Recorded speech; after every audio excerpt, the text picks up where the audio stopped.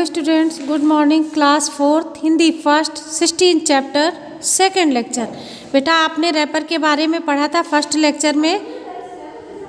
कागज़ का रैपर समझ गया कि इससे बहस करना बेकार है, तो वो चुपचाप एक कोने में पड़ा रहा। कुछ दिन बाद क्या हुआ बेटा कि स्टोर में दीपू के साथ उसकी मम्मी आई और मम्मी दीपू से कहने लगी कि दीपू तुम अपना बेकार सामान निकालो और स्टोर साफ़ करना है। तो दीपू ने अन्य बेकार चीज़ें, कागज़ का वो रैपर भी फेंकने के लिए कोने में रख दिया और दीपू बाहर चला गया।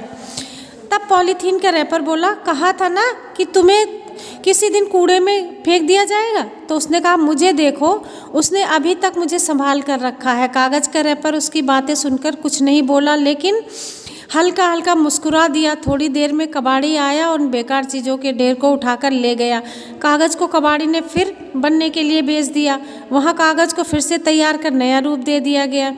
अब वो बहुत ही खूबसूरत रंग में आ गया, जिस पर छोटे छोटे छींटदार फूल भी बन गए। बाजार में आने पर उस कागज़ को एक कलाकार ने खरीद लिया और कलाकार ने उसको एक खूबसूरत कार्ड बना दिया। एक दिन क्या हुआ कि दीपू के स्कूल में पुराने कागजों के बने कार्डों की जब प्रदर्शनी लगी, तो दीपू उन कार्डों को देखते देखते उसी कार्ड के पास पहुंचा जो उसने फेंके हुए कागज़ के रैपर के पुनः उपयोग से बना था। कार्ड खूबसूरत था, दीपू ने उसको खरीद लिया, फिर उसे अपने कमरे में सजा दिया।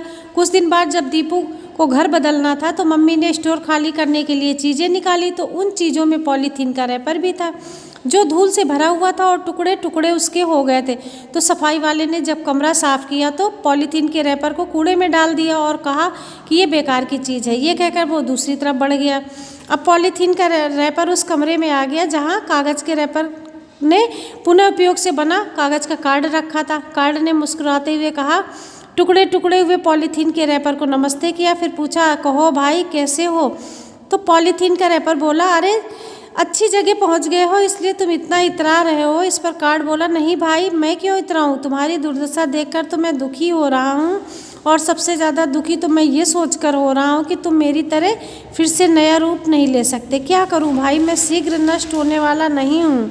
अपने को दूसरे से अच्छा समझने के फेर से में ही मेरी इतनी दुर्दशा हो गई। और इतनी देर में सफाई वाला आया और कहने लगा कि पॉलीथीन के रैपर को कूड़े में से भी निकाल कर बाहर फेंक दिया। क्या करूं इस बेकार पॉलीथीन के रैपर का, ये किसी काम का नहीं है। अब तो ये सब कागज़ का इस्तेमाल करना पसंद करते हैं।